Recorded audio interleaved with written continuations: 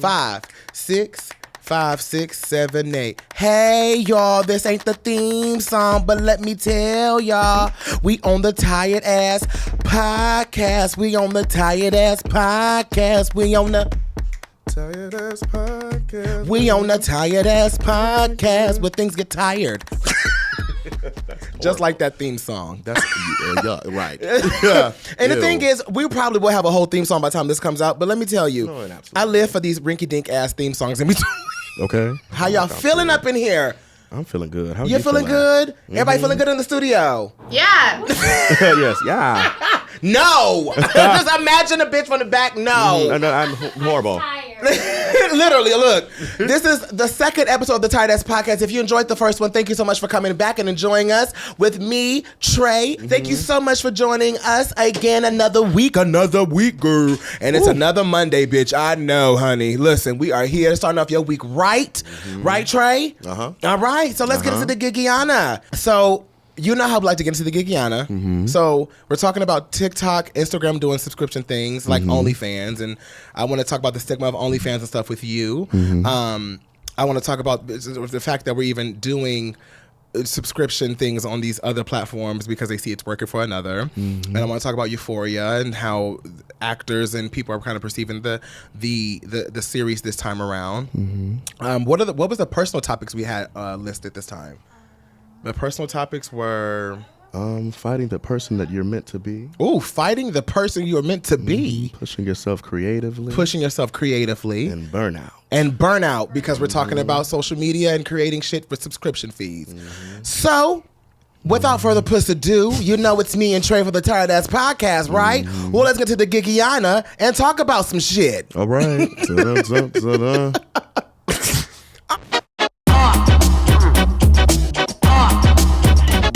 All right, now we back to the gigiana. Mm-hmm. First on the docket for the gigiana. Listen, Instagram and TikTok are thinking about rolling out subscription fees. I can't even get it out without laughing. They're thinking about rolling out subscription fees for content, for creators on these platforms. Mm-hmm. Now, why do you feel like Instagram and TikTok, because I may ask you this before I even ask you that. Do you agree with Instagram / Facebook, now known as Meta, being money hungry, like one of the biggest capitalist apps right now as far as social media goes? Yes. Oh, you said that with us. Yeah. Yes. Oh, absolutely. So a lot of people have been like, one of the biggest concerns on social media right now, which is like, so Instagram can add all these features and do all this, but y'all cannot do the features that's right for creators, but y'all can add features and things for capitalists to make more money. Mm-hmm. And so I was like, the first thing I saw, because the thing is, TikTok thought about doing subscription things first. Mm-hmm. It was TikTok's idea first. Then Instagram / Meta came along and was like, well, we should do that. Yeah. Now, my question to you is, Trey, what the fuck is people going to pay to see on Instagram and TikTok that they can't see already unless they got to go show some hole that's already on close? Because if you got close friends, and I'm sure, and this is just, bitch, if you got a close friend and you're not showing no hole on close friends, don't add me. Okay? Thank you very much. Weak. Just saying. No, thank you very much. Bitch, I don't want to see you cooking a pizza on your close friends, bitch. If you're putting me in close friends. That could have been on the public story. That could have been on a public story. Yeah, I don't care. So if you're going to put me in the close friends, bitch, show me something I'm in the close friends about. Or some tea, maybe. It don't even have to be asshole. Maybe some tea about something that nobody else needs to know about. But don't give me close friends for no reason, girl. Mm-hmm. Mm-hmm. So when Instagram and TikTok came out and talked about, so we're going to do subscription fees, I said, what the fuck we subscribing for? Mm-hmm. Well, all I thought about were white creators. Who are able to build audiences off of, we can just get into it, who are able to build audiences without talent and doing the bare minimum. I think that's what TikTok is for anyway. The bare minimum. They're all for it. Every platform is for it. It's for the white creator to build. Yeah, but I just thought that's who's going to pay their 12-year-old. Do you think so? Fans. You're right. Absolutely. I can see that. You know so. Because I'm like, okay, so I guess you know what, you're right. You have a point, because I'm up here trying to figure out, and I'm coming from a black creator's perspective, and I'm like, I don't know what the fuck I'm gonna charge for. But maybe I'm saying that. Ooh, I'm about to get deep. Maybe I'm saying that because as black creators, we already do what we need to do for our fans, right? And like we said last week about being complacent and how we black people are being taught to be humble. Mm-hmm. So maybe I'm saying, what the fuck you gonna subscribe for? Because, well, it's already hard to make monetizing on the content that people believe black shit should be free, including other black folk. Oh, y'all not ready for that conversation yet, was y'all? Okay, cool. Oh, we all right, cool. Mm-hmm. So, because black people will hit us up like, why you charging that? That's too, what you know. So maybe I feel like that because I feel like either my fan base or black people that, why would you charge for that? Who do you think you are? Mm-hmm. So I just like, girl, that's an idea I can't even think of. So I didn't even think about it being like, what if this is for the white creator? Yeah, this is not for us. But we already knew that. I didn't know that. Yeah, none of this is. At least I tried us. not to think of it that way. Okay, well. Fuck you. Oh, well, here you are. I just think about the meetings with, we're creators, but at the end of the day, I can't speak for you, but I know everybody behind the scenes. Mm-hmm. So, knowing what's actually going on as far as the algorithm goes, as far as Instagram's team, actually sitting down with the team and having Instagram say to me, yeah, unless you post, maybe I should actually, no. No, because you're right, because I've had this meeting too. I know what you're about to say. Unless you post XYZ photos a week, you post this many photos a week, this many videos, this many IGTVs, this many reels, this many stories, 4 frames per, how many bitch, they can give you a whole metric, bitch. Then we don't care. And your content won't show up on anybody's feed. So you can shut the fuck up and stop complaining, you bitch. Yeah, very that. But it also, while I said, wow, yuck, it also reminded me that these platforms are building, and Selena, we were just talking to Siobhan about this the other day. Shout out to Siobhan and Selena. These platforms are businesses at the end of the day, like you said. It's a corporation. These are conglomerates. These are, and they became big ass conglomerates when you have, billions of users. You know what I mean? Which ad dollars come into play, and that's what all these companies are. And somebody said the best thing: all these apps that are free are not really free. They're actually paying with your data. And we won't get into that because this is my job, so I'm gonna shut the fuck up. However, I don't say too much. But that is what it is. And even on the creator side of it, it's somewhat we pay more of a price because we are the reason you're coming to these apps, right? Yeah. And so that's why I come back to the reason where it's like, for me, I have my Patreon, and my Patreon for me it means a lot more, and I'm just saying that, being honest, because these people pay to have a connection with me that people get, thousands of other people get for free. But it's a different type of connection, and I am more free to create on this platform because it's now that is a platform that is through another platform, but it gives you a lot bit more freedom because people are paying to see what you do. And I look at stuff like OnlyFans and Patreon, and I give them the glory, which that's why I don't understand the stigma of OnlyFans, to be quite honest with you. I get the stigma as far as sex work, I guess, and people feel like sex work isn't really work. And I think, if I had to be completely honest, I feel like people look at stuff like OnlyFans and Patreon or whoever, if you're doing pay for view type shit, it's because a lot of people, it takes a lot of confidence to do that. Yeah. It takes a lot of confidence. You have to really believe that people will pay to see you doing something else. And then because OnlyFans and Patreon is not only for sexual acts either. So it's just it can be anything. But a lot of people say ugh to that because they don't see themselves as being entertaining enough, or anybody will pay to see their ass do anything to themselves. You know what I mean? So I feel like with Instagram and TikTok coming into that territory, it's like, I don't really, even for the white creator, I feel like, why would you, I know it's for money, so that's the answer to that question, but I just feel like as a company, why try to compete in a space where your app was not even designed or built to be in the first place? Well, that's the thing. Instagram was not designed to have reels or to have IGTV. Instagram was designed specifically to for be photos. Yes. That's it. The face of photos. Do you remember when Instagram first came out, before Facebook bought them? Instagram, their logo was, or their saying was, it was like, you tell stories with photos or some shit like that. It was to tell stories with photos. That's what Instagram was for. They didn't do and the only thing you could write was captions. That was the only thing you could write at the time. And fast forward to now, oof. Girl, they trying to be Twitter. They trying to be TikTok. And the thing is, they can be. And they trying to be Snapchat. and They can be. Facebook came and ended Snapchat with stories, to be honest with you. When stories came about, that was it. And I knew immediately. I said, oh, when they first announced that, I said, oh, they coming straight for Snapchat. Straight for Snapchat. I mean, they shut Vine down. Was that the case? Bitch. Was that the case? I thought Vine died before Instagram. I thought Vine died before Instagram came about. No. No, maybe. Oh. Yeah. You don't remember when Instagram came out with their shit, 15 seconds?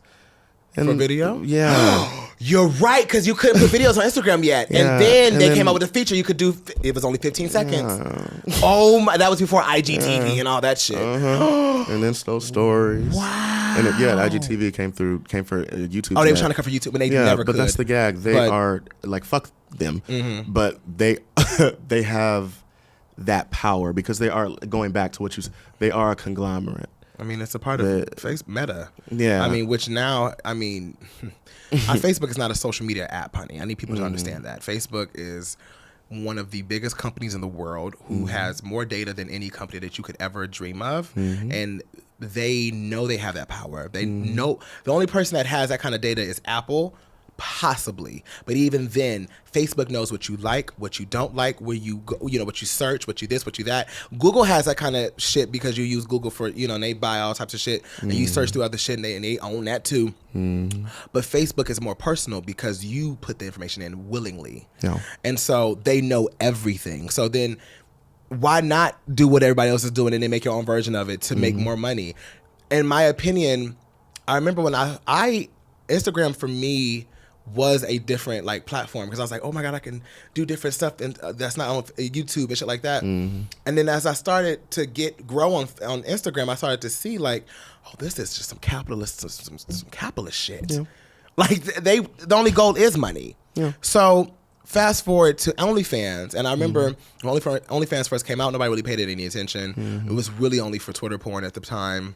And before even then, before sex work translated over to OnlyFans, it wasn't known for sex work. It wasn't known for sex work yet. No. And when people unlocked that, because it was something before OnlyFans. What was that? It wasn't Patreon. It was a site before OnlyFans that did what OnlyFans does. And OnlyFans killed that site. Fucking weak. I feel like you know what I'm talking about. It was a site that was right before OnlyFans. I'm sure, because I heard a lot about just for fans. That's maybe what I'm thinking about. But I don't know if that's the one. No, that's a newer one after OnlyFans announced that thing, I think. Oh, really? No, just for fans is newer? For a minute. Oh, Just for Fans been around. Yeah. Just for Fans been around? They've been around. Before OnlyFans? I don't know if it was before OnlyFans. But they've been around. I do remember before sex work made OnlyFans what it is. I remember seeing links to Just for Fans before OnlyFans. That's what I feel like I'm saying. Because OnlyFans now is a sex work situation, kind of, majority. And they tried to denounce that. And OnlyFans was like, we're going to delete all that bullshit and we're going to just be, because they wanted to be in Patreon's light. Because the thing is, people do sex work on Patreon, but Patreon does not have the light of a sex working app. I understand that. That's the gag. And I don't know if that's because marketing. I don't know if that's because Patreon actively reached out to YouTubers and other people to can you please do something over here that's not whatever the fuck? And I don't know why, but people do sex work on Patreon too. So I'm like, I wonder why Patreon doesn't have the light that OnlyFans have. I don't know if Beyonce could have did that for OnlyFans. I'm fucking weak. But I feel like you as an OnlyFans creator, right? One, how do you feel about other apps trying to do what OnlyFans is doing? And two, do you feel like that as OnlyFans is a sustainable career as a creator just as much as YouTube and Instagram and TikTok? Well, let's be clear. I don't think anything is sustainable. Any one thing. If you know Trey, you know the Trey's in every bag. So yeah. I would not rely solely on YouTube. I would not rely solely on Instagram. I would not rely solely on Facebook, on OnlyFans, etc. You need your income coming from every which direction, every which platform. My opinion of OnlyFans is comes from a place of privilege because I already had a built-in integrated audience that followed me over. Talk about it. Opposed to sex workers who, let's talk about sex workers specifically. Please. Because they're the ones affected by the OnlyFans trying to attempted switch. And you saw they reneged, bitch. They said, we lost a stock. We almost went bankrupt. Never mind. We were kidding. They said, hold up. we almost went bankrupt. So what we're going to do is shut the fuck up. We're going to free porn for all. You know what? Actually, keep popping that hole. Yeah. Because how dare we? And I'm honestly but you know what? Twitter and OnlyFans should go into a little business deal. But anyway, go ahead. I'm sure. Things are happening behind the scenes. Sure, I'm quite sure. Yeah, I speak from a place of privilege because I came over with an integrated audience. Mm-hmm. Now, people who come on OnlyFans without an audience and are working tooth and nail to build that engagement, I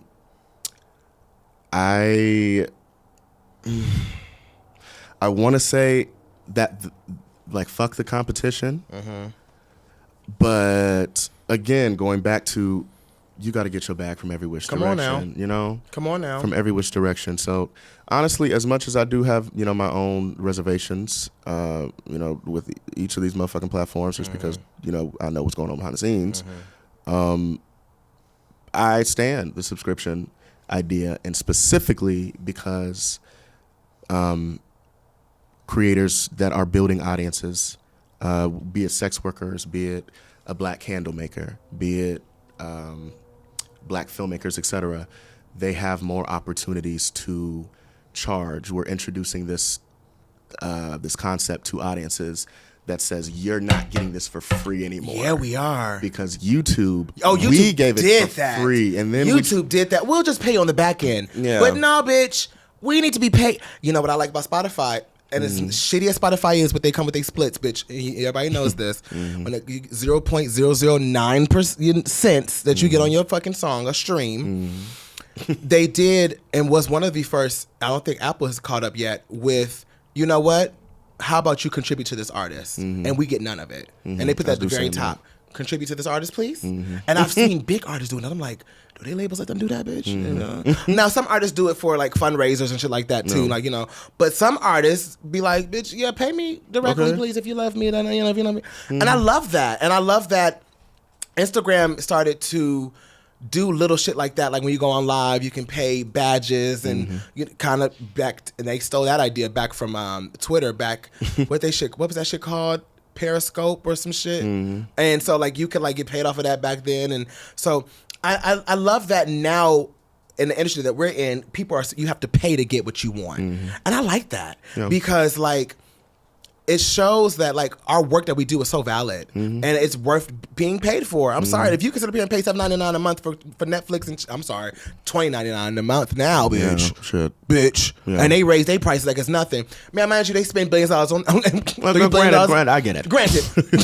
I'm not spending $3 billion on this shit right now, but the point and the principle is, you do that because you love the content they produce.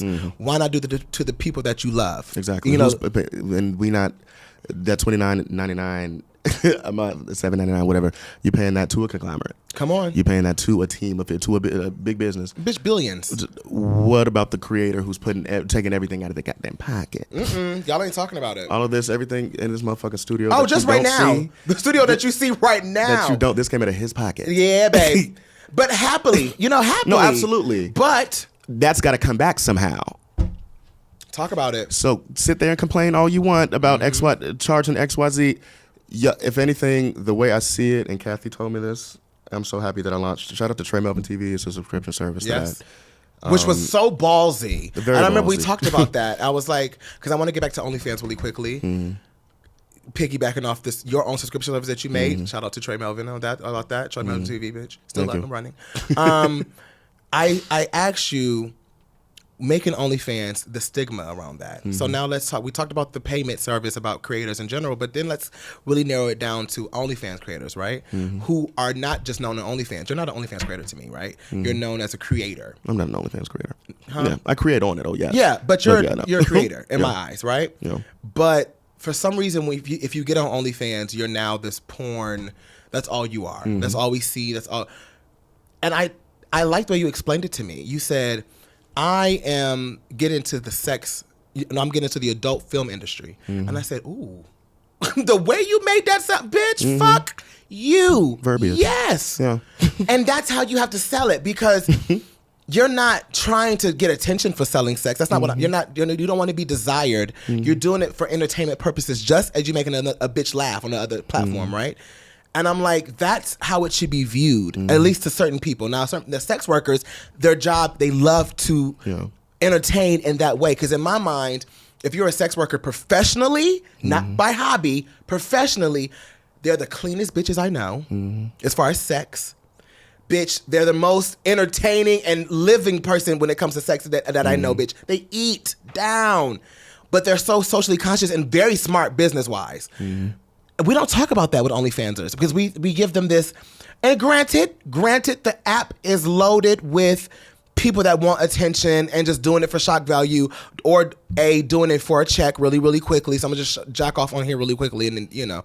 So there is that. But there is people on there that really, bitch, every day devoted, doing lives on OnlyFans and connected with people and made fans, bitch, legit. What do you think, being a creator, do you think that has clouded your perception in the creator space by being openly about it, OnlyFans? Do I think that it's clouded? As far as like people's perception about you as a creator, like, do you think that it will damage anything in your sphere of doing adult sex work? I used to be afraid of that. Like I said, you did. Yeah, absolutely, as anyone would be. Yeah, just because sex is so stigmatized and demonized. Well, we can, you know why. It's just, these answers are so, we know why sex is. It shouldn't be. Yeah. I don't see sex I don't see sex the way that people do. Yeah, same. It is, everything is art to me. Everything is an expression of art, nudity, all that shit. It's fucking art. My body and my naked ass body, and all my friends know. You done seen me naked. How many? Trey is going to be naked. We knew each other 2 weeks before you saw dick and ball swinging. And Trey, no. Let me tell you something, bitch. Trey is going to be naked. I'm going to be naked. If anything, you can walk in and this bitch is going to turn around. Hey, hello. Trey, balls out. Trey, because I don't stigmatize sex the way, or just nudity in general. But you're one of the reasons why I got comfortable with my body too. I stand good, to be and honest. most of my friends don't. Yeah, no, because you made it so like, bitch, it's just a body. It's fucking dick. It's my. You've seen a dick before. Listen, I'm sure. Hello, how are you? And I'm like, yeah. Why am I so? Why am I so like, I don't know. Yeah. Bitch, I am so carefree because of that. And I think that, but you also helped me change the stigma of sex and like what sex work really is. You know, and I feel like I always thought it was just porn. It was just, if you're going to do porn, you're going to do porn. Or I thought people look at porn as a last result. At some point, like, well, I guess I just need to do this for money. And that's not the case. No, bitch, these motherfuckers make, bitch. If I had the courage... If I really had the courage, you'll catch me on there, bitch. I would have done it.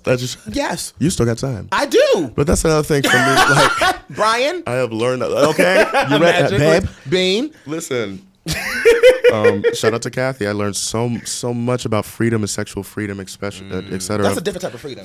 That is a different type of freedom. I don't give a fuck nobody say, bitch. That's different. You a bad bitch. Okay. I hope you know that. Okay. Because bitch, for me to sing and do a music video is a lot. But bitch, to be comfortable within your skin, to be like, y'all see some dick today? And I like the way you promote it, bitch, very much. Y'all timeline sleep, girl, what's up? I'm because I am the main attraction. Yeah. Give it that. That's what me makes it, I got goosebumps. That's what me makes it feel liberating. That's to me what makes it like TikTok and Instagram. I understand what you're trying to do here, but like, OnlyFans creators and people that live in the sex and adult work, sex work, entertainment. I could throw up right now. You pop your neck. Oh my god. I could throw up right now. God. Oh, I have the phobia of that, bitch. I think people gonna die when they do that. You know, I do. I blame the Power Rangers movie when I was a kid. The Power Rangers movie. The fucking villain was like, I was like, oh my god, he gonna die. Girl, I can't do that. Like, I remember you telling me that. I'm sorry. No, you're fine, baby. You're fine. Neck hurts. Oh, but. That's why I love what you do, and I love that you bring that energy with it. You're not ashamed, and you don't give a fuck what people have to say about it. I'm grateful for the energy that's been around me. Like I said, with Kathy's energy, I'm very grateful for that. Yeah, because I saw just like everybody else, it's stigmatized, and I was afraid. I feel like you make it cool. But in her, I try. Thank you. I feel like you make it cool. I'm grateful that that I can hear with Kathy's passing. I'm grateful that I hear her so vigorously in my head because she pushed me. She said, "I hear. What the fuck are you afraid of? Yeah. For what? You know exactly who the fuck you are. You know how to liberate yourself. Bitch. Fuck what they're going to speak. They going to speak regardless. You got an empire to build. You got generational wealth to accumulate. Get your ass on there, bitch. Well, but speaking about the stigma of sex, so next in the gigiana, we have Euphoria. Euphoria. Now, have you been watching the new season Euphoria? It took a long time for them to get the season 2 back and up and going, but we know why. For a good reason. Yeah. COVID, writing, shit like that. Hollywood itself is just interesting right now. So I've watched the new episodes of Euphoria, and I watched the old episodes, actually. I was a fan of the first season. Okay, so I have a different opinion of Euphoria. I think whatever some people are saying about it being too overly sexual, too dark, too this and too that, you're talking to the wrong bitch. I am a different. I love watching things that make me uncomfortable as far as art goes, and as far as expression goes, and as far as crazy directors and directors that think out the box and like don't give me these cookie cutter ass stories. So no, Euphoria is not Degrassi, okay, bitch? Let's talk about it. It's not. But I do understand what people are saying as far as, so a little bit of context. The 2 actors, one I know off the top of my head, I don't know the other girl's name. I start with a J, but Barbie Ferreira, she is one of my favorite bitches ever. But she has come out and was like, I don't like the way the director makes me feel. And I also don't think that we talk about enough how actors and directors have, this is a very common thing in like on set, where actors and directors do not get along with the story. So Barbie, in conclusion, Barbie Ferreira, her lines have been cut, scenes have been cut. She has not shown up to the premiere. If you watch the new season, you remember how her in the first season, she had every episode you've seen her, right?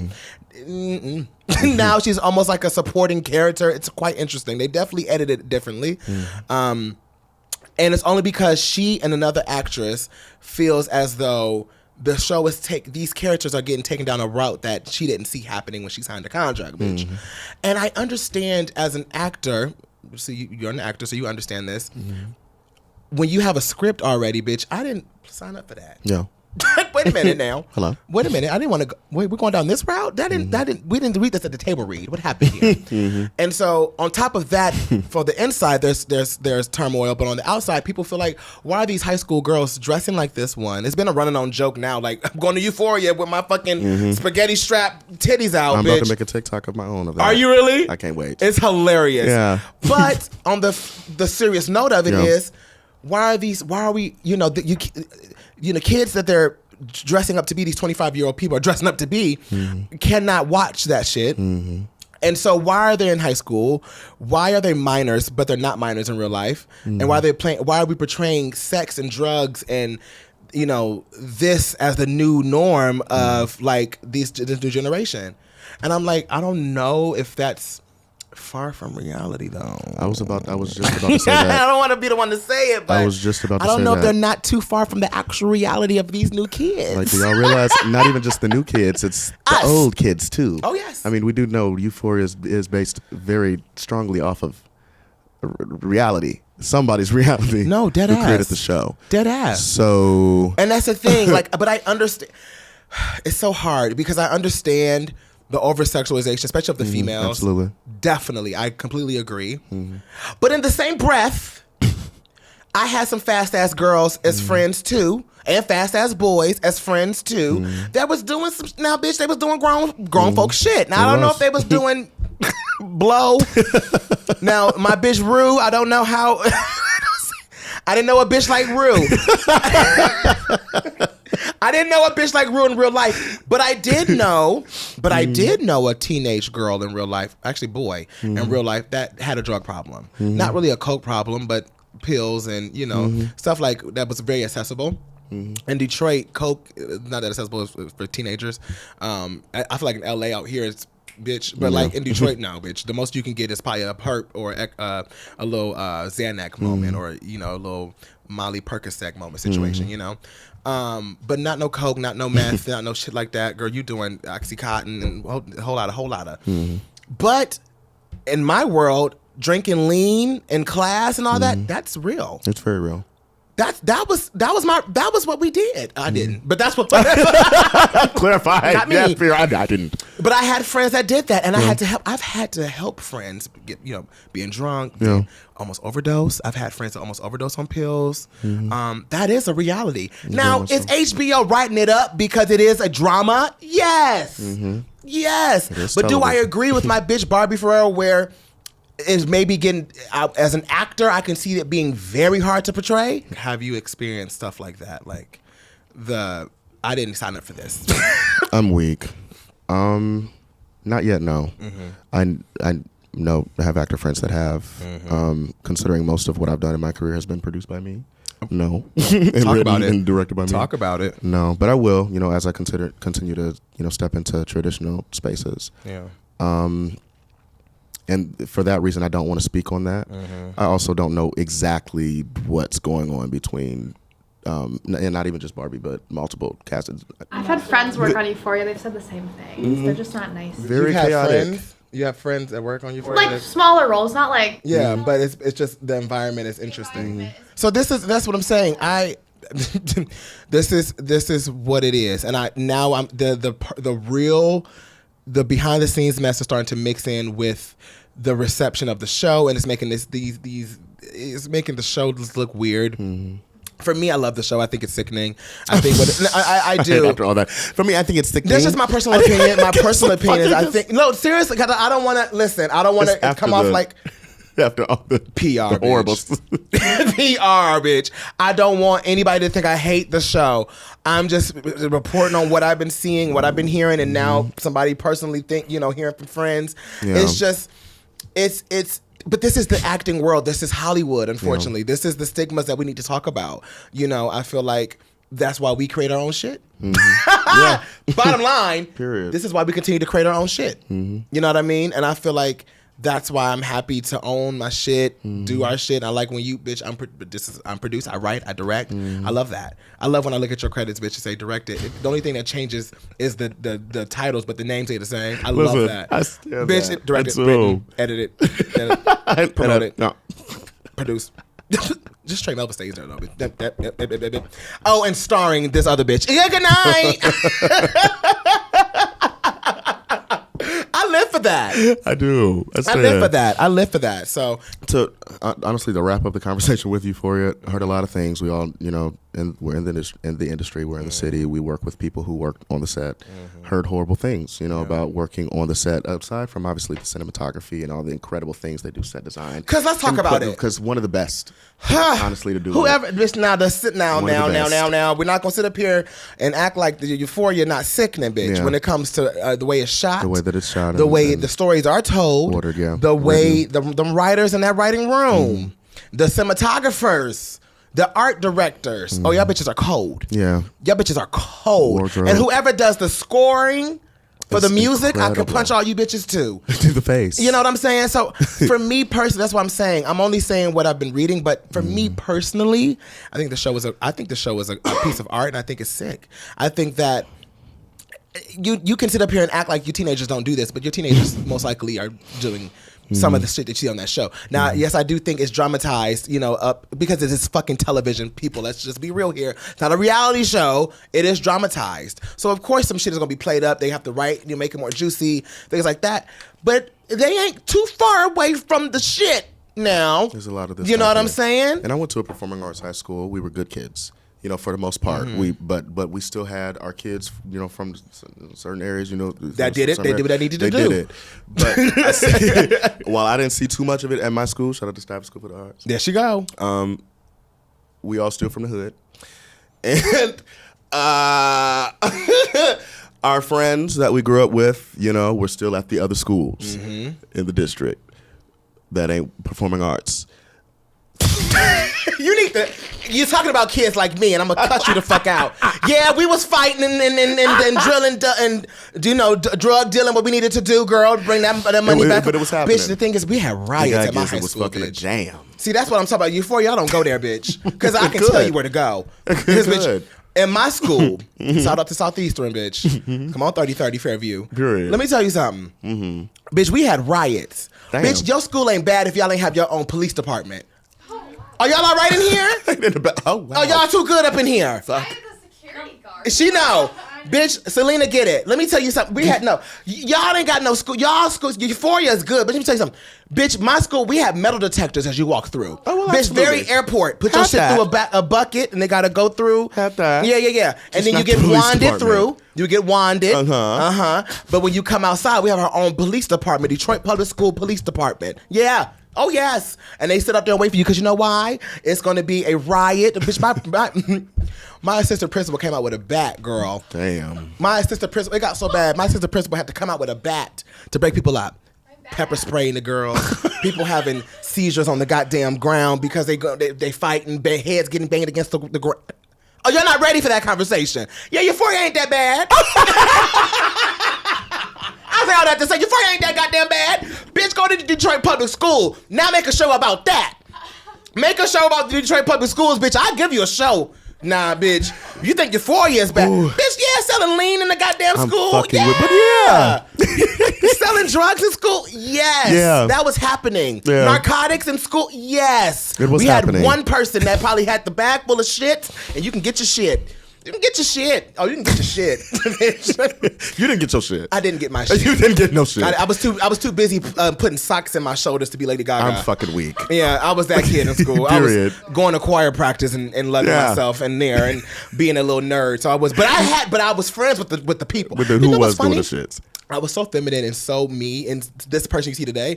But imagine in that hood ass school. But all the hood drug dealers, they loved me because I made them laugh. Like I just always made them laugh. So bitch, I used to be protected, bitch. So when the riots and stuff come on, bitch, they just let me walk on past. Go on, thank you very much. Nobody was gonna touch me, bitch. I was cool with everybody. I see this visual.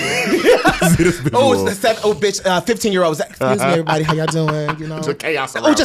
Chaos, bitch. On top of cars, breaking windows, bitch, I seen weeds throw. Like, yes. From where I come from, I've seen that. the shit I see on Euphoria is glamour. It's glamorized. It is.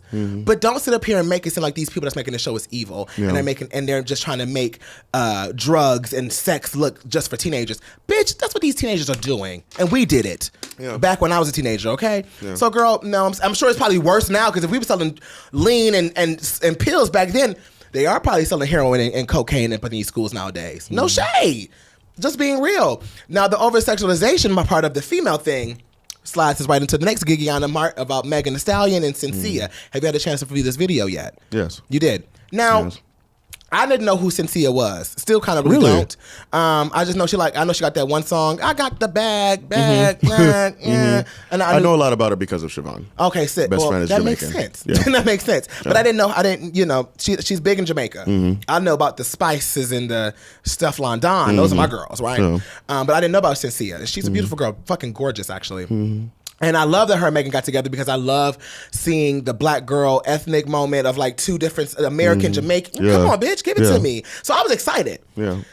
Now, here's the thing.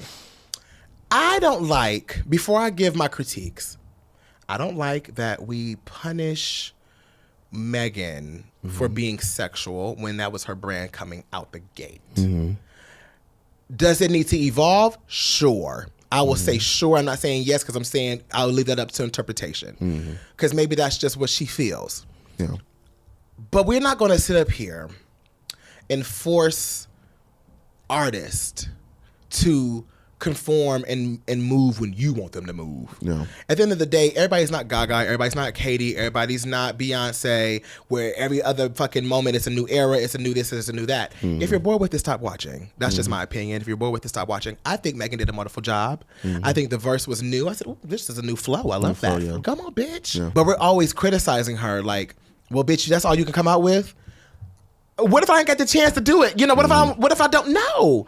Can we give artists a chance to still be human and say, I don't know. I need to figure that out for me. I need to figure out what's my next move. What do I want to do next? What do I want to express next? We haven't, as much as we think we know Megan, we don't know Megan. We don't know Megan Pete.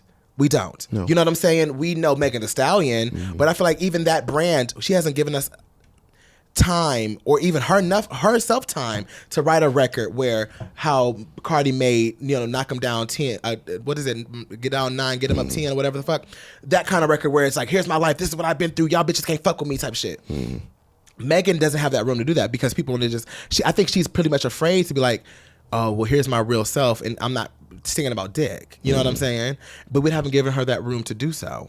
And so I think that is another reason what her career and why people, and I also felt like it was a hate train starting to happen at one point in time, especially when the whole Tory and that was just unfair to her, in my opinion. I feel like it was just unfair to her career, and now I feel like she's almost defending herself. Mm-hmm.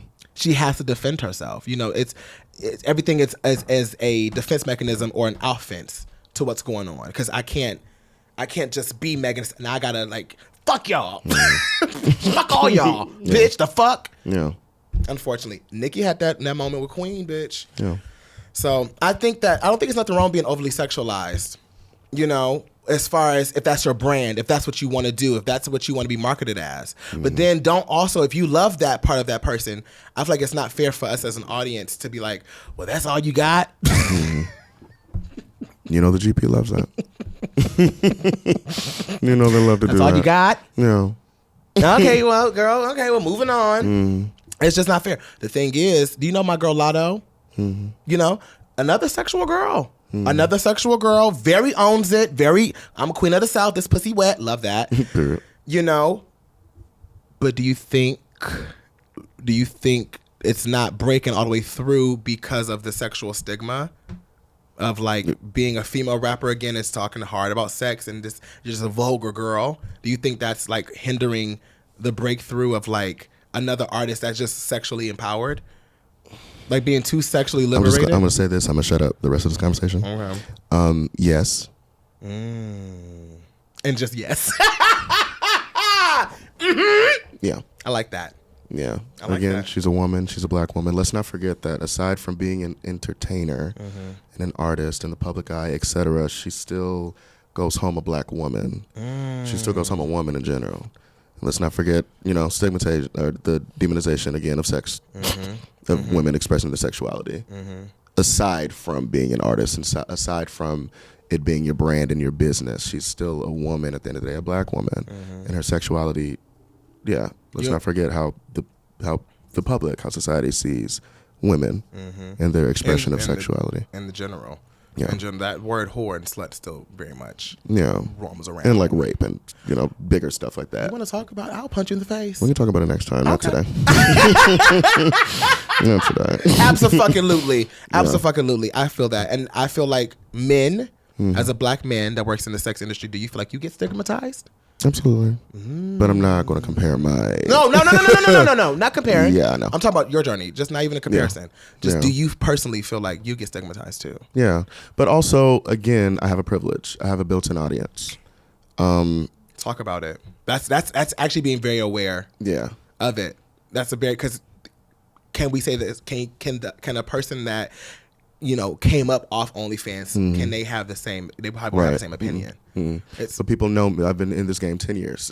People know what Trey's capable of. People know Trey gonna be in every bag. Yeah. People have seen everything else that I've done. So it's like OnlyFans is that extra, just sex work, the adult entertainment industry. Ooh, I can't wait to combine the two as far as bringing black queer stories to film and sex and all that shit. We don't see enough of it. I can't wait to produce. Yeah, people know that's not it. They have an idea of me. So now this is another window that they get to see that I've, let people in. Absolutely. And then now let's bring it on to the next topic in the gigiana, pushing yourself creatively.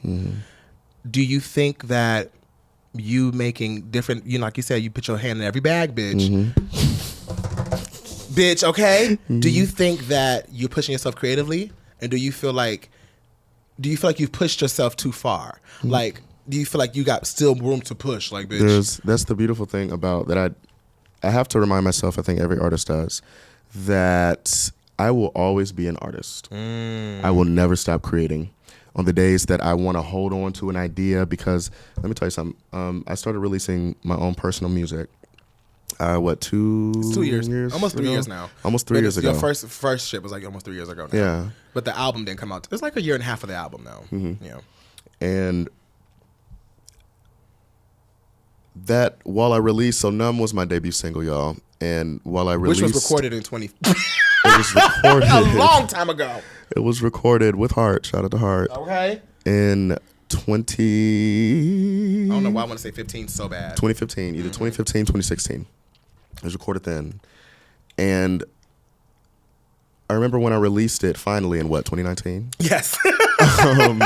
I'm just sitting on that. But you did work on it, though. Absolutely. You worked on it. I worked on it. It was not the same song I heard in 2015. It was 2016. not. It was not at all. But it almost was. It was pretty similar. I remember talking to this an old friend of mine who was around, when I wrote that single and the project that I was on originally, etc.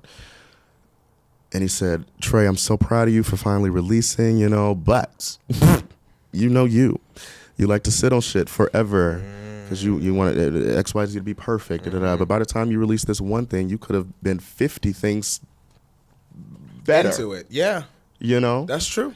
And that conversation stuck with me and will always stick with me because as an artist, as a perfectionist, I want to hold on to things until I want them to be perfect. But it'll never be perfect. As long as you're creating and releasing, you doing enough. That's how you get better, though. It's exactly how you get better. It's releasing to see what people have to say. Exactly. It's like, okay, well, here, because if you think about it like this, right? When you create, you're only creating what you're best at right now. Exactly. So you're creating at your best element of what's best right now. So when you release that and you start to create again, you're creating your best at that moment in time. So like I'm sure Absolutely, Beyonce be like, crazy if I could have went up on that riff right there. Yeah. Bitch, I don't know why didn't we mix and master it a different way like this? Even the project's out, bitch, gone. Project's gone. Yeah. But I'm sure she listen back at Crazy in Love and be like, well, we could have added a little something right there. Yeah, Like she does. Girl, she come does. on now. I'm sure she got cuts of the fucking album that's like they almost made the final version, but it didn't. But she wouldn't have known that until she made B-Day, until she made 4, until she, I Am Sasha Fierce. Well, fuck it, let's make Lemonade. Now, I'm sure she looking back at Lemonade now like, ooh, girl, that was cute. But like, I'm so much better now. Like Formation was cute, but like, to us, that's amazing. Yeah. But when you're creative, you don't look at our shit like that. I often, I don't know if you agree with this, but I often wish I could see my work the way others do. I feel like I do that to myself. Like I wish I could watch it the way other people watch it. You know what I mean? Like, or the way I watch my friend shit, where it's like, I may have seen it behind the scenes, but like, bitch, to finally see it, like, oh wow, that's a different project. Sometimes I feel like I don't appreciate my own work the way that others do, as a creator. I don't feel like that, and I think moving forward, I'm going to need to learn that. Because I love my shit. Yeah. No, absolutely. I love it. But I'm talking about like... I'm my biggest fan. Yeah. No. I feel that. But I hear you. Making this film... making this film at our table read, we had somebody pretty high up in the industry comment on making sure that the film, because writing black stories to me is so important. Writing black queer stories for me is so important. They're not told. They're not being told. Yeah, Netflix is throwing a black bag here and there, and we appreciate it. But there's too much. There's too much we have not seen. Scorpio. Yeah, I hate a Scorpio. Yeah, get into it. There's too much that we haven't seen. when Odu found out that I was premiering it in London, he said, "Okay, I stand that this is the story that you want to tell with these characters, etc. But remember your audience. Remember your when you create, when you make films, etc. Television." You're not creating for you, for the stories that you want to see. You're creating for the audience. So if you're taking this, with these black baggage, this shit, you're taking it to London with this predominantly heterosexual white audience who's going to really get it. You know what I mean? Okay. So that moment taught me, because I've always created for me. I've always just wanted to tell whatever the fuck story I got going on in my brain. But my brain. It's mine. But I've got to learn that balance between not just creating for me, and not just creating things that don't exist, but creating also for the viewer. So piggybacking off of what you said, like I do need to learn how to see my work from another's. That's what I want to do. I love my shit. I think if I didn't love it, I wouldn't release it, right? However, I wish I could watch it from the other perspective of people that love me or that maybe never seen me before, stuff like that, because then I feel like I can grow as a creator. Like now I see why shows do, what's the word I'm looking for? I know what you're saying. Groups. What is it, Selena? What's the fucking forum group viewings that? What the fuck is that word? What the fuck is that word? Y'all know what the fuck when we're you saying. do when you when you do group it's on the tip of my brain too. No. Please. No, it's fucking Critics? no. Fuck group. It's a group. It's what shows do. It's a viewing that you do it's a cut before they even release it. It's a special. No. It's called the editor? No. Something. It's some sort of essay survey. Yeah. Y'all know what I'm talking about. Not the whole studio trying to figure it the fuck out. Right. Focus group? Focus group! Give it up for Selena, ladies and gentlemen, girl. A focus group, bitch. Ooh, Jesus. I almost had an aneurysm. I saw you. I almost had a fucking seizure. Shit. Just give me a second. Thank you. Oh, God. Like, yeah, a focus group. Now I see why now I see why shows do focus groups or network television does focus groups, because you can see it from a different perspective instead of just the writers and the editors and the stars. Yeah. Bitch, let me hear from perspectives of nobody even know me. You know what I'm saying? Yeah. Sometimes I would like to do that. I would like to do that one day. Like, just show my shit to a random group of people and just see what they say. Yeah. Even if it's negative. Like, oh, okay, I can probably see what they're saying. You know, because those kind of things can help you create better. Speaking of creative, what about burnout? We could talk about creating all day long, but people don't talk about that burnout, baby. Burnout, baby. I had a burnout, actually, at the end of last year. But it's not because I was tired of producing. It was because transparent. So reactions for me have taken a back seat, which if you watch this channel, you probably be like, where the fuck you be at? Not because I don't like reactions anymore, but it's because I've been doing it for so long. It doesn't fulfill me. Yeah. I love reacting. I love talking about pop culture. I more so like talking about pop culture and the music video art more than just reacting, to be quite honest. But Trey, if you knew me for years, I've actually been talking about this for a long time. I've been talking about this probably since like 2019 of like, I can't wait to kind of like lean off of it and kind of pivot another direction. And so my burnout wasn't because I was creating too much. It was because I was creating what doesn't fulfill me. Yeah. And what fulfills me is what we did for producing the podcast with this big setup. And, it's not just me anymore in the room with the camera. It's my friends helping me. I'm hiring people and editors, and that shit feels good. Yeah. Now I'm in it. It takes longer. It takes a lot more planning. It takes a lot more money. Bitch, reaction videos are very, very, very free. Very free. Free.com, actually. Bitch, set up a camera, press play, and call it a day. The only thing I got to worry about is maybe getting copyrighted. Hopefully, cross your fingers it doesn't happen.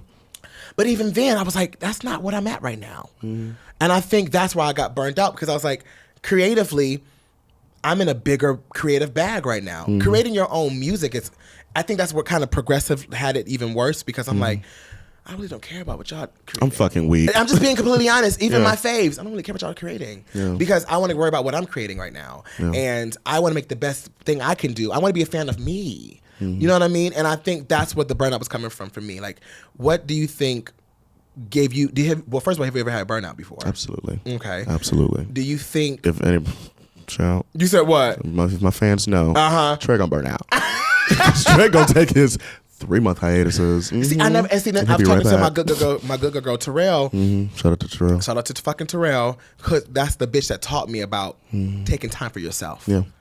Stop working so damn much. And not even that. work, but then you don't have to work to post. Yeah. Do some shit behind the scenes that's gonna lead up to something bigger. Yeah. And that's what we're doing now. Bitch, I've been doing this, I've been planning this podcast for about a year now. I got the studio last year in the summer. It's been over a year. Over a year. It definitely We started talking like about this in 2020, 2021. 2020. Early in title 2020. negotiation. 2020. Yeah. Title hit me up in 2020. Yeah. It's now 2022. We're just not filming the first couple episodes. Yeah. The industry for you. But that's the industry contracts. That's the thing. But I saw myself getting burnt out. I love that I get to sit down and talk to artists now. That's way funner to me to produce that than sitting down reacting to something. Yeah. I would rather react to something with the person there. That's fun because it's different. I have to now be more creative. But that burnout is what fucks me up creatively because then I'll start penalizing myself like, why are you burnt out, bitch? You need to grind. You know, that's not the case. Yeah. You know what I mean? What about you? What's burnout with you? Like what's your process getting through burnout one? And what do you think like when you feel it approaching, bitch? What do you do? I know you take your hiatus as one, but I would take a sickening hiatus. But what do you do, you know, other than that? Like what do you think gives you sign like, oh bitch, I'm being burnt out? What does burnout feel like to me these days? I'm not sure if I have too much burnout as far as work and career goes these days because when I think of burnout, I think of personal life burnout. Oh, well, take me there. So if I can... Take me there because I don't think I've experienced personal... Let me see. I don't think I experienced personal life burnout. So I would like to know your perspective on that. I took the time. I've taken a lot of time to focus on self the past couple of years. You know that, knowing me. Yeah. I've taken a lot of time on this, specific spiritual journey of mine to focus on myself, my mental, etc. I just remember back in 18. Was it 2018 or 17? Taking on a lot energetically in my personal life from people. People I was connected with, and feeling drained, just personally, literally like energetically drained, and had to take a step back and say, okay, how am I going to survive this? The only way that I'm going to is by taking a step back from work, not doing what the public wants me to do because I am most popular, if you don't know, for my sketch comedy. Iconic, actually. Oh, thank you. Put that in there. Thank you. It is. Most popular for that. It's hard to transition from comedy when people just see you as a comedian, when people just see you as the person that makes their day. It's hard for people who come from that comedy background to do everything else or anything else. To get vulnerable, to get dramatic, etc. Although I've been doing bits and pieces of that throughout my entire run, I'm most popular for the comedy. Absolutely. So once I realized, oh, this is what people want to see, I'm making this primarily and this is what people want to see, but I am slitting my wrists behind the scenes. How am I going to survive? Yeah.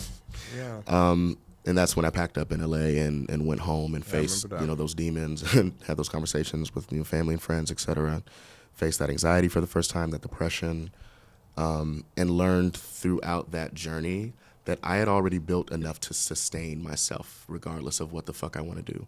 I'd already built enough the money didn't matter. I'd already made XYZ dollars. I had already made 1 billion views around the world. None of that mattered to me anymore. I was like, wait, how do I survive though? And I'm never going to stop being an artist. I'm never going to stop creating. I'm never going to run out of ideas. How do I survive? And in that journey, I learned that balance. Like, okay, Trey, when you feel your motherfucking, I built that self-awareness. I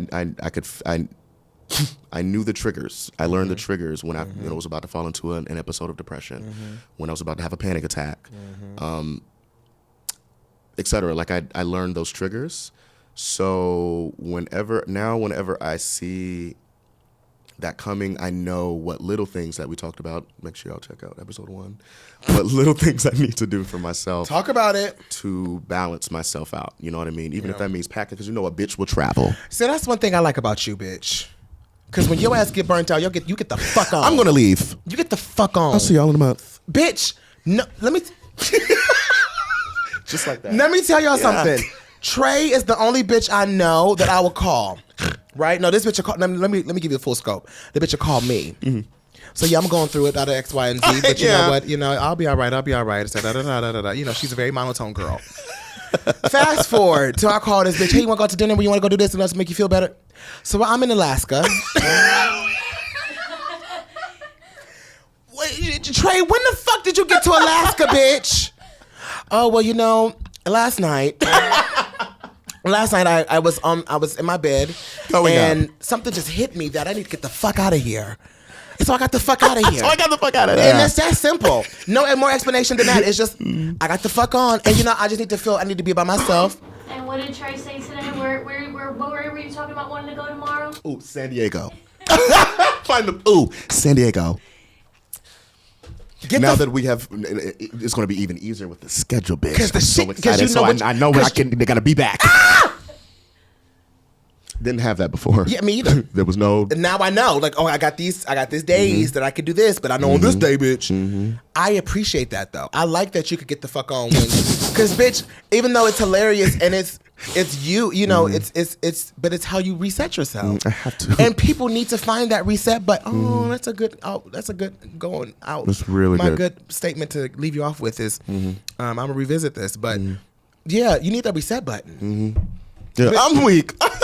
I gotta press that motherfucker sometimes. Yeah, and do. And I never do that. Mm-hmm. This was my very first month of taking weeks off, not thinking about posting, and just creating behind the scenes. Yeah. And everybody is DMing me, "Oh my God, Zach, are you okay? Where you at? Where you?" I'm good, girl. I'm right. Never been better. I actually haven't been better. Mm-hmm. You know, I haven't felt, like I said, I haven't felt this confident, this happy, this strong in a long time, if not ever, especially in this industry. So I'm just like living for the challenges, but also I'm living to watch my brand grow in front of my face, even with the hard work, the sleepless nights, being tired, being caffeinated. Period. I love that shit, man. It's I wouldn't change it. And like the last part of this was just fighting your older self to get to the better self of you, right? Yeah. And I've been fighting. I have been scrapping with that bitch, to be quite honest with you. And I'm talking about the bitch that was 23, 24, 25 years old and was not confident, did not think they were good enough, felt like weight holded them back. Yeah. And that's crazy. I know. Yeah. I felt like weight held me back. And it's insane to think that your body image can hold you back from being great, but I let it. Not too insane. No, but when we live in a society that tells you you're worthless at 6 years old because you weigh X, Y, Z pounds. Yeah, not too crazy to think at all. And I dealt and still deal with it sometimes. I dealt with it bad, man. Like that body dysmorphia shit. It's no ho. I don't wish that on nobody. And I mentally fought that bitch and still fighting that bitch now, but I mentally fought that bitch a lot to get where I'm at today. And I think that's what like I said, I appreciate that you can get the fuck on because I am now just learning how to be like, I am going to rewind. I'm going to restep my steps, figure out my shit because you got me fucked up. And I'm talking to old self. You got me fucked up. Period. We're not doing this in here. We're not doing that right now. I'm not going to play my face like this. Bitch, no. I'm glad that you're learning that. Thank you. I'm glad. Thank you. It took a lot. and still is. Yeah. It's still, and I want you to know at home, bitch, it is not easy, and it won't be. So if you think you can watch this episode and be like, I'm gonna do it tomorrow, it won't be like that. I'm sorry, I'm not trying to be negative. I'm sorry, but like, because it just won't be that easy. I wish it was, bitch. It takes a lot. And money is not gonna change it. You know, having some friends and it's all about you. It's not the worldly value. It's not the man-made value. It's you. It's you, bitch. You know what I'm saying? But to wrap up that burn up conversation. Listen, burn up and burn out and burn up. To wrap up that. Flame. So listen. To wrap that up, even like Terrell said, you stop working. Yeah. Stop working. You never stop working. We're artists. We don't stop working. No. Stop working to post. There you go. So even in that burnout, I while you may not see me on YouTube You best or on believe Trey a Melvin bitch was TV, on Twitter, working. the bitch was writing her albums. Down. Poetry books, Bitch, you wrote a scripts, whole visual films. album. But we're not going to Yeah. talk about that. Y'all ain't ready for that, huh? We can get into it later. Okay. Not today. But not today. One day. I love that. Can we keep that going, bitch? We won't get into that today. Not today. Not But another today. day. But another day. For sure. Yeah. All right. Yeah. So, wait. Games and gags? Games and gags. Games and gags. I'm excited. It's my favorite part. Games and gags. Games and gags. Games and gags.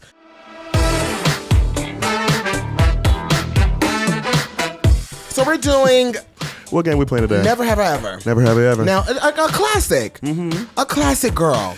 3 fingers. Three questions each. All right. Sex only. Oh. All right, so 3 fingers only. Sex only. Uh-huh. All right, you go first. You go first, bitch. I feel like I'm gonna see what vibe you on so I can see if I can match that. Never have I ever what? Never have And you have to say you haven't done it, so. And if y'all haven't played Never Have I Ever, you can only ask the other player Of something or you have not players actually done. Something you can only say something you haven't done, and I've done a lot. Yep. Never. I don't want to be stupid. Never have I ever. Mm-hmm. I don't know if you and Brian have done it yet. You should. We'll have to find out. Had sex in my own office. No, I haven't. Oh, ghetto. I haven't. Oh. And the only reason why we Do it. haven't, the only reason why we haven't is because we didn't have the couch and shit. And see, me and Brian got y'all gagging and I'm sick of y'all. We got bad knees, bitch. Let me tell you something. That's why you want the couch? Oh yes, yes, that's why I want the goddamn couch. Let me. I needed to cut to her. Let me. That's why you want the. Yeah.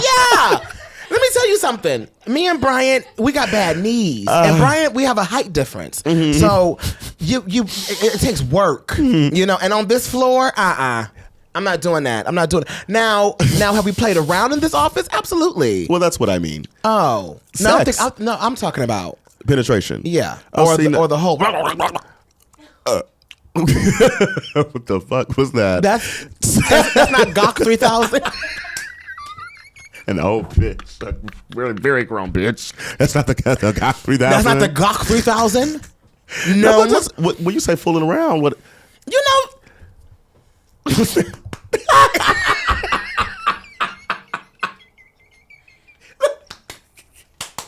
But that's sex. Okay. Yeah. I don't know. I'm weak. I get what you. Like I said, my idea of sex I'm has been think- completely altered thinking by about, my you lesbian know. friends.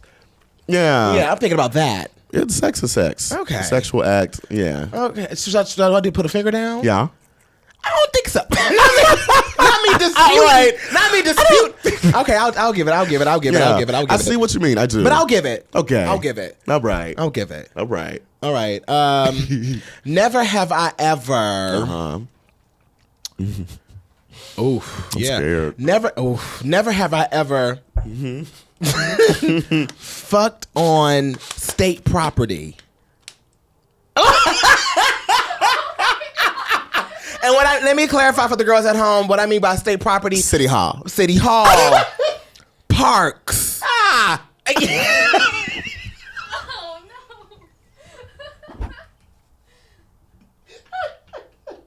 no. Not triggered. Yeah. City parks, trailways, anywhere a taxpayer pays for the property. Yeah, no, I ain't fucked on no shit like that yet. I have. I did. A sleazy bitch. I did. Me did. I did. Yeah, girl, I got you on that. I ain't did that one. I ain't did that one. All right. Ooh, great experience. Do it again, Tannis.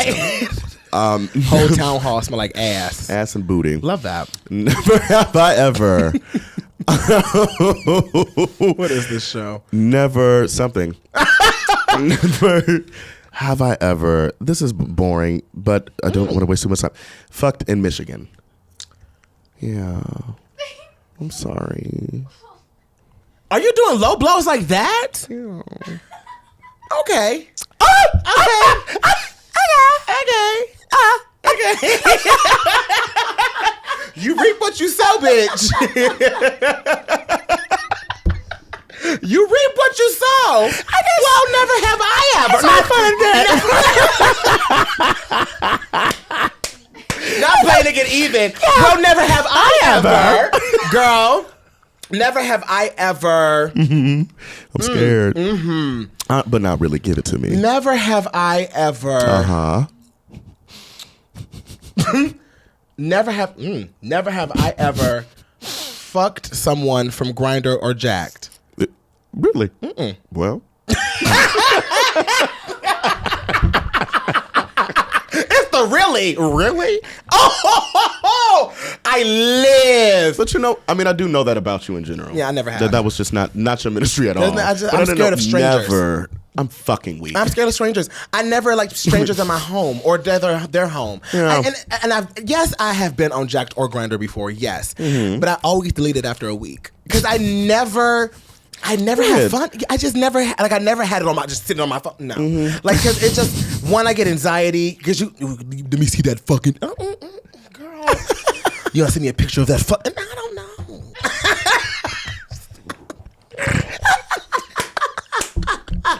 When I'm gonna come through and smash. I don't know. I can't really tell you that. I don't know about that. As soon as it gets to like the we fucking no. I don't know. I'm fucking weak. Yeah. I do know that. I know that. I do know that. Yeah, I'm scared of that.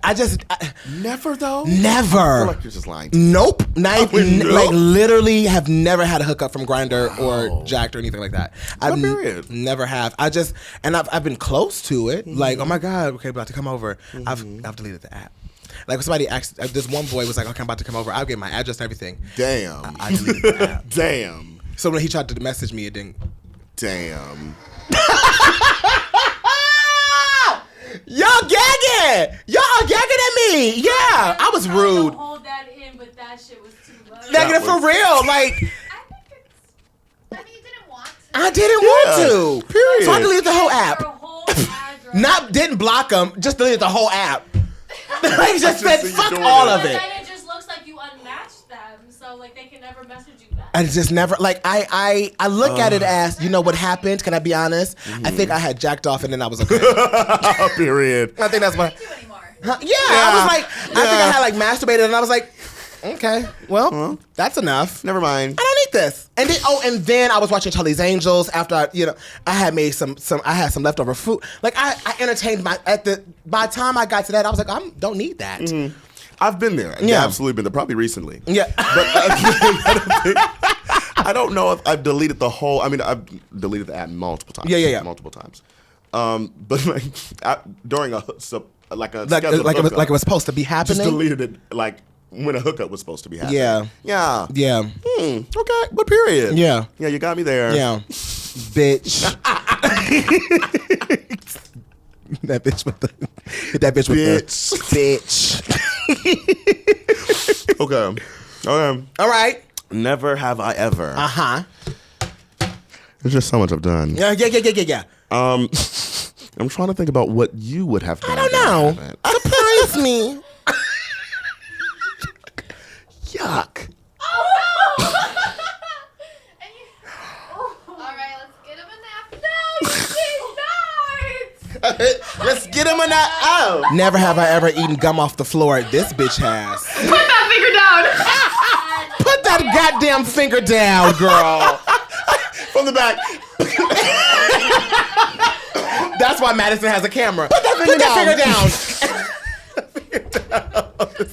Put that finger goddamn down. Napkin, actually, though, please. You got a napkin? Yeah. Oh, I'm hot. Oh my God. I'm hot as hell. And what is my last fucking thing? Thank you. This podcast is 2 hours. We only 2 segments in. Oh, this is the last question, so we got it. You know? What I want it to be good. Yeah. God, what you got for me? The fuck do I have for you up in here? Yeah, bitch. I'm weak. Yeah. Yeah. Fuck. Okay. Never have I ever hooked up with, I don't know if you ever did. Okay. But I just feel like, maybe. Let's see. Hooked up with a DL guy in high school.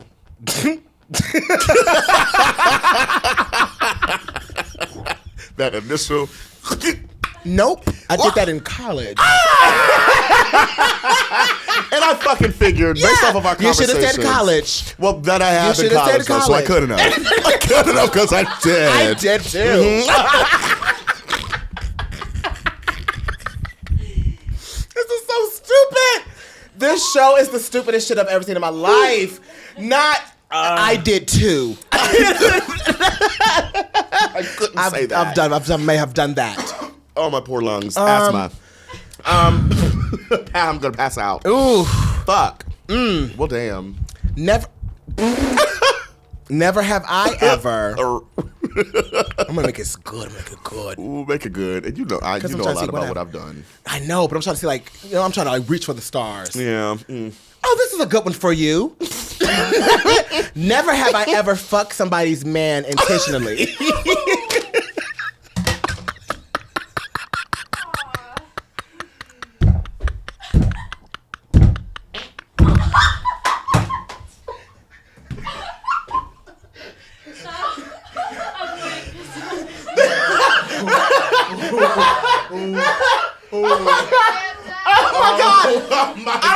I don't know if the audio caught the fart at the end. I don't know if the audio caught the fart. Oh my God. Oh, this is too much. My God. Oh my God. Oh. I need the replay. Oh, because it's the presentation. Oh my God. Oh, I gotta get. I got a good one for you. I got one for you. Never have I. Oh, a rude bitch. A rude fucking bitch. Yeah. No, that's I had to good. get you for that Michigan one. That Michigan one was a key. You did. That was a good one, and I had to get you back. Well, fuck you. Yeah, so. Well. Oh, Lord. Yeah. Damn. I won that.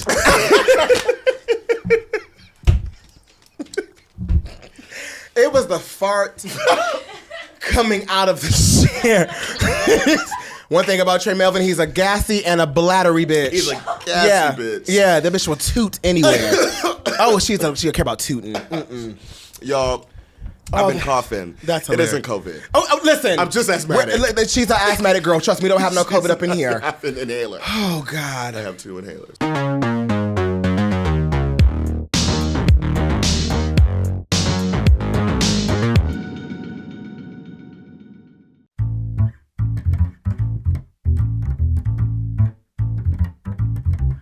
Dry your eyes, the fuck you crying for? Where's your spine? You ain't got that no more, the dick is fire. That's what I signed up for. But after all this time, you're so damn insecure. You only have one job, nigga. The fuck? You only have one job, nigga. The fuck? You only have one job. The fuck? You only have one. Real niggas admit they on a decline. Real niggas extinct, real niggas alive. Nigga, I thought I saw your worth. That shit got declined. I hit low, cause you hit low. I turned into someone that lost control because my boom turned up. Think I'm cold when I cut you off. You get emotional. Dry your eyes, the fuck you crying for? Where's your spine? You ain't got that no more. The dick is fire. That's what I signed up for. But after all this time, you're so damn insecure. You only have one job, nigga. The fuck? You only have one job, my nigga. The fuck? You only have one job. The fuck? You only have one, you only have one. Real niggas admit they on a decline. Fraud niggas exist, 3 out of 5. I show these niggas no love, oh. I hit low, cause you hit low. I turned into someone that lost control because my boom turned up.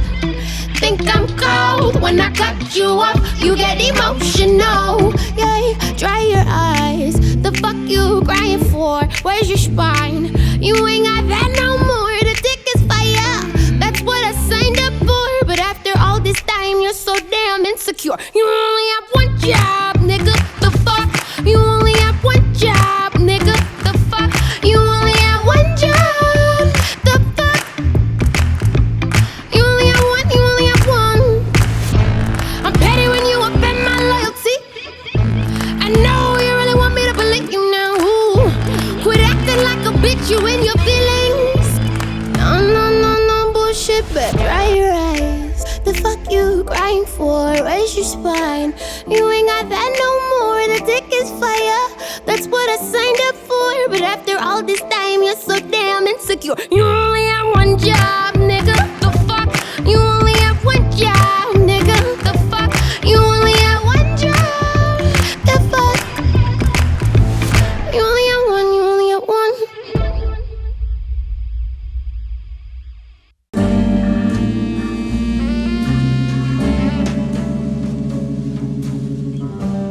All right. It is tired. We're at the Tired Ass Therapy. Tired ass Therapy. Welcome back to Tired Ass Therapy. We love you so much.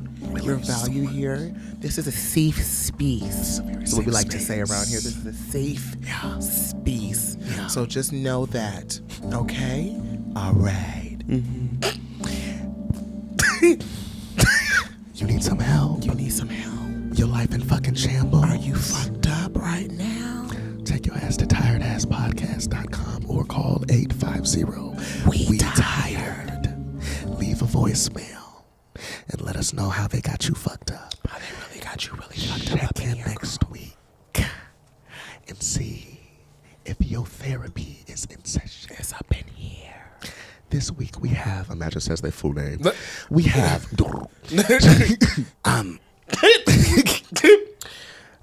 should I hook up with my ex? Big ass dick. Oh. But he's DL. Oof. And a low-key narcissist. Oof. Let's talk about it. My neck just started hurting. My neck hurts too. What do you think? Or should I go first? You go ahead. Okay. No. Starting with that. No. I'm going to say something very specific about just about my point of view on DL men in general. First of all, everybody is living their own truth the best way that they know how to. I am not necessarily against DL culture because I know in certain areas it's just easier to be than in others. Yeah. And I can't relate to your experience, to everybody's experience. So I hold my own, reservations. My only issue with DL culture is when you're sucking dick 1 second, punching faggots in the face the next. Talk about it. That's my only issue, and the just the way that that DL culture feeds into homophobia in general. That's my issue with it. But I have grown to learn. Everybody does not walk the same path. When it comes to entertaining DL men, not a relatable emotion. Yeah. Definitely used to be. I think that most of us can relate to that. Just most in the queer community can relate to that.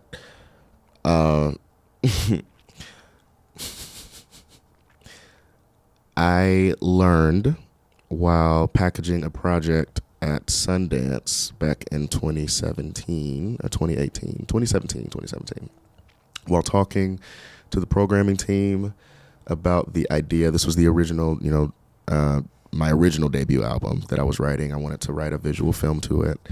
And I was giving the programming team, a rundown on the film, etc., and the album and the place that it came from, because it was about my first relationship, which was technically a DL relationship. And I remember girl saying to me, yeah, my best friend is gay. And he entertains DL men.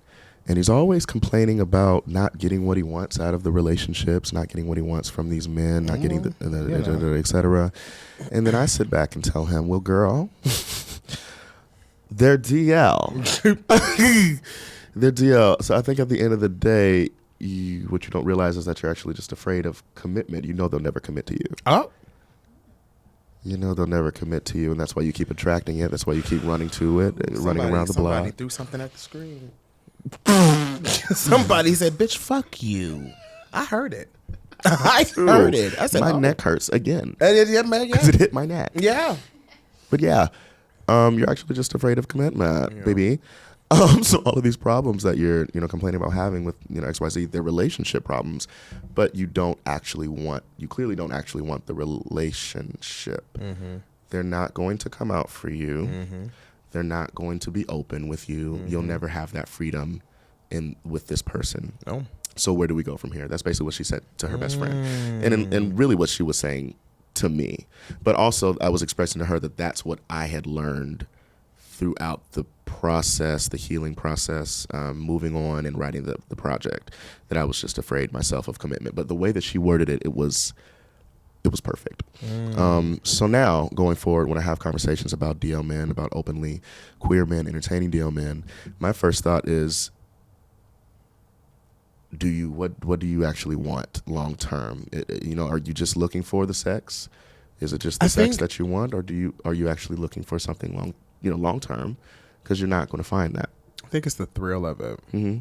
I think it's also the thrill, and I think it's also you know how we fetishize in the gay community? Mm-hmm. I think that's what it is. Absolutely. It's the fetishizing the straight male, like, I can do it. I can turn him. Mm-hmm. And I can. That lets me know that I'm desirable by all men, not just gay men. Because some gay boys, and listen, and I'm not talking about all, but some gay boys will say, I don't like dating gay boys. I just I like men. I like straight men. I said, I got somebody that just popped up in my head when you said that. Yeah. We're probably talking about the same person, but I was like, probably. Well, damn. Makes me sad. Made me so sad because I was like, well, bitch, why would you deal with people that don't like you, but like to keep you in a secret? Yeah.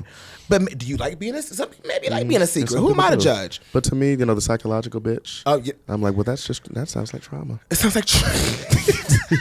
It sounds like trauma. We are in therapy. Yeah, that sounds like trauma. That sounds like trauma. Let's unpack that, baby. Why do you like being hidden? Why do you want to be hidden? Why do you feel like? First of all, let's talk about this. Mm-hmm. Why do you feel like being a gay man, you need to hide that? Like, I don't want to be with other gay men. Why? What is up with that? What is the stigma around dating in your community and being openly out and holding hands and loving? I don't want that. That's these boys too feminine for me. What about you? What about you though? What about you, faggot? So you just don't matter?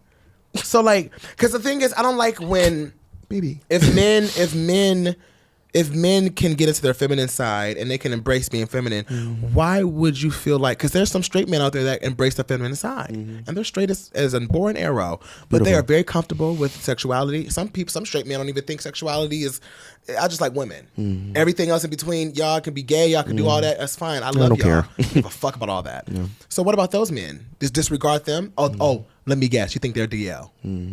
Let me guess, you think they're DL. Yeah. And I don't like when gay boys do that to other straight men that are allies to us, which why they end up hating us, because these straight men be like, I love you as a person. Fuck who you sleeping with. I just love you as a person. And then here's that one gay man, or I want you try to, well, you like me, right. You like me, yeah. I just want to be friends. And so I don't know. I think uncomfortable. yeah. I think that has something to do with trauma, and it has something to do with self-respect of yourself and your self-worth. Because I'm not going to deal with anybody that want to keep me in the closet. Yeah. I'm sorry, but I'm too sickening for that. No, period. I'm way too sickening for that. Bitch, I'm going to go on a date. And I probably make more money than you, so why the fuck are we doing this? I'm fucking weak. Just being honest. Yeah. Just being honest. I know all the girls I know that no longer mess with DL men that you probably used to is because they leveled up in life. They leveled up. They got more successful in whatever field they're in. They just got more successful at it. And they like, I don't need that. Yeah. What are you bringing to me? You're broke at that. And I'm paying for you to come to my house and all this. It's too much. It's too much. And he said he was a narcissist, and I'm sure he was, because you allowed him to be so to you. And the fact that you called him your ex, my love, that's where it becomes concerning. You called him your ex. That was never your ex. That was your situationship. No, the P. Yeah, no. Yeah. So I hope you get it together, but I will tell you this: don't sell yourself short. Don't sell yourself short, baby. Don't fuck that it's up. okay to date in your community. It's okay to be embraced in your community. And if you don't like feminine guys, find a guy that's not feminine but also gay. They do exist. Every gay man is not feminine, and they're proud. There are gay men out there. You know what I mean? So if that's what you're looking for, do that. But rather you do with somebody that has the same intentions as you, and not just want to have you come and fuck them at 2 a.m. Yeah. And then they come and eat all your food and your shit, and then you have to watch your wallet, bitch, because they may take your money. Girl. Ooh, Detroit. That's why you asked me if I fucked with DL men in high school. I said, oh, no. They were broke. Come here and steal all my shit. I got PS3s and shit up here. You're going to try to steal my shit. You're going to take my stuff, my gummy worms and shit. Fuck with you. Come in here because you hungry. Not feeding you. Oh no! I'm really I didn't play weak. that. I didn't play that. Period. And the download culture is, for me, I did it one time, like I said, in college. I said, oh girl, this is a chop. This isn't it. I said, oh, I'm not about to play. I'm playing tag and I'm playing hopscotch just to fuck with you. No. Baby boy. And then what's funny is when you start leaving them alone and live your best life and act like they don't exist, they go crazy, bitch. Yeah. What happened? What do you mean? Hey, you were still in the closet. No, what do you mean? If you get brave, then we can talk. Yeah. But until you when you act like I don't exist in the lunchroom and shit, I'm gonna act the exact same way to you. Yeah. Who are you? I don't know who you're talking to. Yeah. So best of luck. But don't sell yourself short and put some more emphasis in you, bitch. The fuck you mean? You deserve it. I would say personally, when I had to analyze my DL, my own issues, entertaining DL men and shit, I had to confront my own internalized homophobia. And that's what it really is. That whole DL moment is homophobia. It's an underlying subsidiary of homophobia. Period. Literally. And was. Who else we got on the docket? docket? Everybody, but that's for me. What's your advice for solo independent artists looking to make noise in the industry? Considering a bitch like me as a solo independent artist. Period. And a bitch like me as well. Listen. Yeah. Very much, and okay, so here's the thing. Piggybacking off of what Trey said, I have a privilege because I have an audience that I can migrate over. So let's just be honest here. I don't have the total struggles of starting from ground zero. However, you still have to sell yourself. This music is very saturated right now. Everybody's in their mama got a mic at home and call themselves an artist. So listen, in my opinion, coming from this industry, and I've made my own lane in this industry. I didn't try to get in this industry through other people. So the music industry, I made my own lane of reviewing and reacting and shit like that. One thing I've noticed as independent artists, the difference between a mainstream artist and independent artist, in most cases is talent. Most cases is talent. And then the second case is what makes you different than the other bitch next to you. And I know that I hate to be this ruthless, but that's what these labels are going to do. That's what consumers of music do. Why would I listen to you when I can listen to this mainstream bitch over here? What makes you different? What makes you compelling to me to see what you're talking about? And what I find in most cases a solo artist is, well, I don't have the money to do the styling of this and the third. Then do a second job. No shade. I hate to be this girl. I do. But this industry, this music entertainment business in general, but specifically the music industry is very cutthroat. They don't give a fuck. And I need you to understand that as a solo artist immediately. As a solo independent artist, they don't give a fuck about you. Not a shit. So, from that perspective, you have to also give the industry that same kind of attitude. I don't give a fuck about you then, bitch. And so, all right, well, let me see. Okay, I'm going to work the second job so I can get this styling right here. So when I make my music video that I pay for also, it's fucking sick. And with 1,000 views on that music video that you may get, correct? That means that's 1,000 more people that have seen your vision. Don't equate your numbers. Don't compare and contrast. That's another thing you got to do as a solo artist, a solo independent artist. Do not compare and contrast you to another bitch. Don't do that. But what you need to do is, okay, I like this girl over here. I like this girl over here. Oh, I like a little bit over there too. Don't be afraid to combine that shit, bitch. Don't be afraid to be inspired. Please don't. Don't steal, but don't be afraid to be inspired. All right, I got that. I like my musical style. Also, find what style of music that you want to make and add something to that. If you make another R&B track, then you're already making yourself saturated. I'm just being honest. If you're just making another classic old R&B track, it's not going to work because you have bitches that are independent but have made their name of making different music, experimenting, doing things that are not normal. Talking to you. Doing things that bitches are not used to, pushing the boundaries of art as a black queer creator. Talking about this bitch here. Well, thank you. But that's what made you different automatically. Even if you don't know this bitch for music, you know for comedy. Okay, well let me check out this bitch music. Oh, this is a different tone. People probably thought you was gonna do just classical, regular old, just something digestible. No. Okay, don't know that. You can't do that. Because even the mainstream girls like my girl Doja, my girl Gaga, stuff like that, they push the boundary. This bitch made a whole song about a cow mooing. Doja wave. You know what I'm saying? But that was needed because Doja been doing this since she was 15. She's just now popping off. Yeah, people don't realize that She's been doing this. She's got signed at 15 because she was making beats in the fucking room and shit. And somebody was like, "Oh, that's kind of cute. What the fuck?" So she just now blowing up.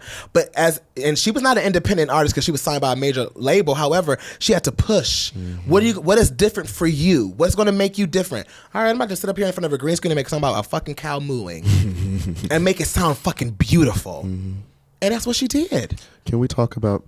Can we segue into my advice with that? Please.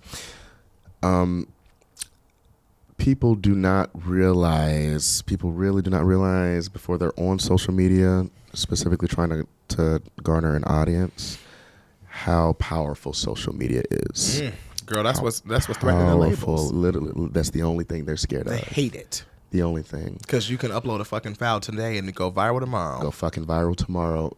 Put yourself out there. That's the best advice that I give to my artists, my fellow artist friends, my fellow musicians. You have so much power in your fucking back pocket on your phone alone.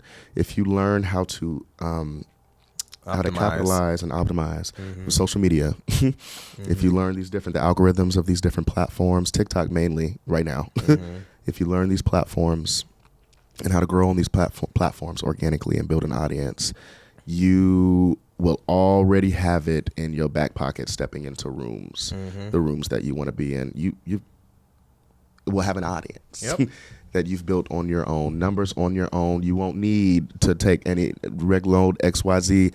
You've already got the viewership, but you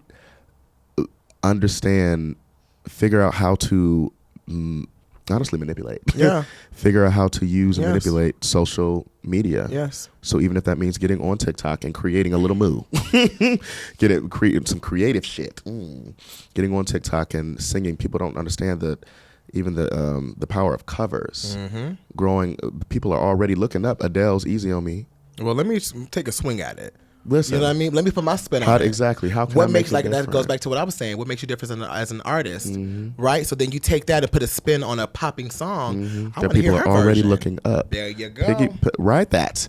Write what people are already looking. What millions of people are already looking up. Write them fucking hashtags. Write them captions. Write what's trending. Write the topics. Write that shit.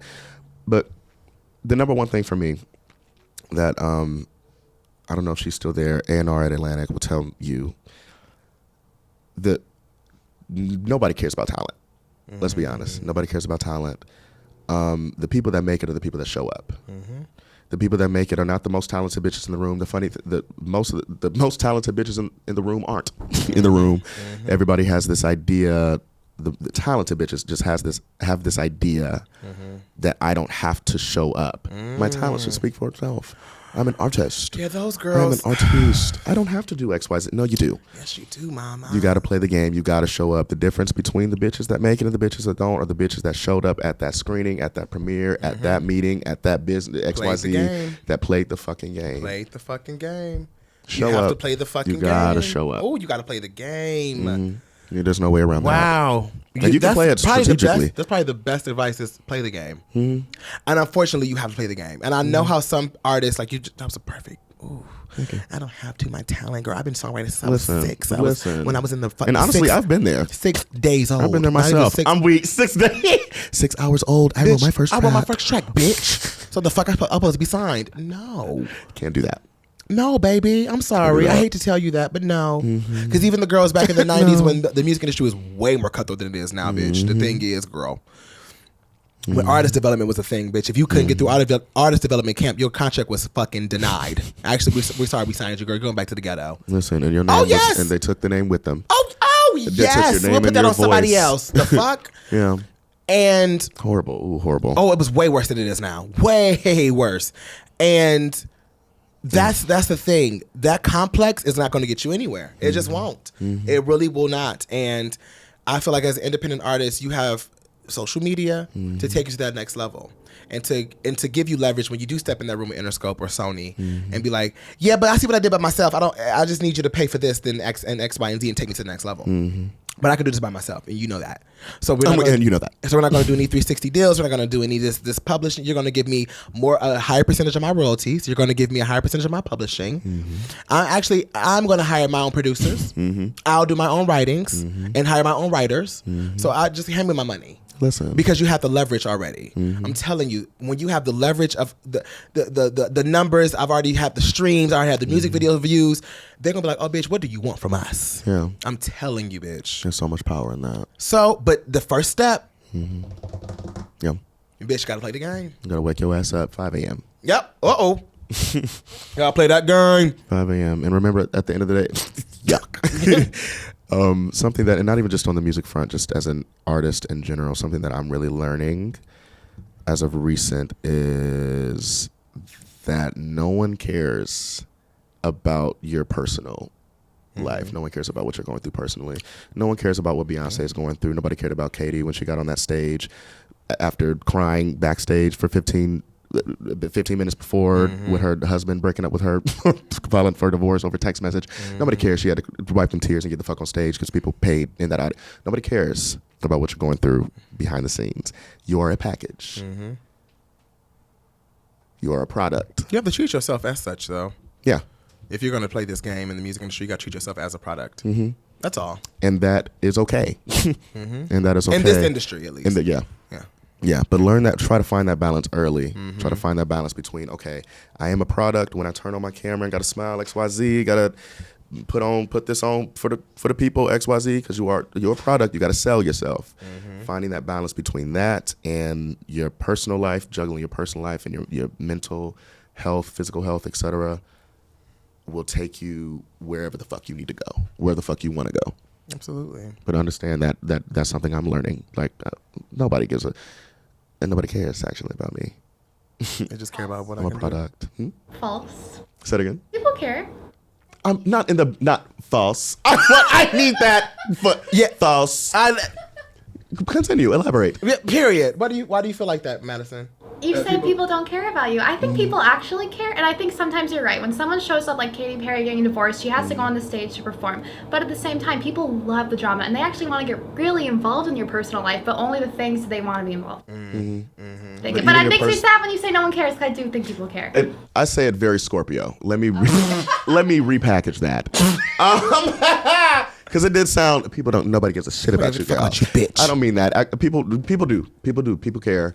But it needs to be packaged correctly. Agreed. I'll leave it at that. It needs to be packaged correctly. You can't just, you can't just give it, you can't just bear all the way that artists want to. You want to bear all, package it strategically, mix it in with your art. Remember that you are the product. Yeah.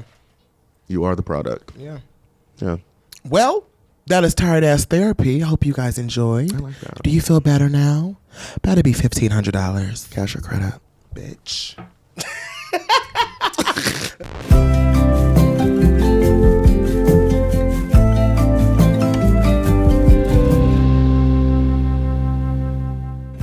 Tired Ass Therapy was amazing. This episode was amazing, Trey. Thank you for being here as always. Being sickening. Thank you for being here. Fuck. Yeah. This was a good one. This was a good one. I actually really enjoyed enjoyed this one. I enjoyed this one. I want to know how we got to do this. We got to leave the bitches off with something sickening.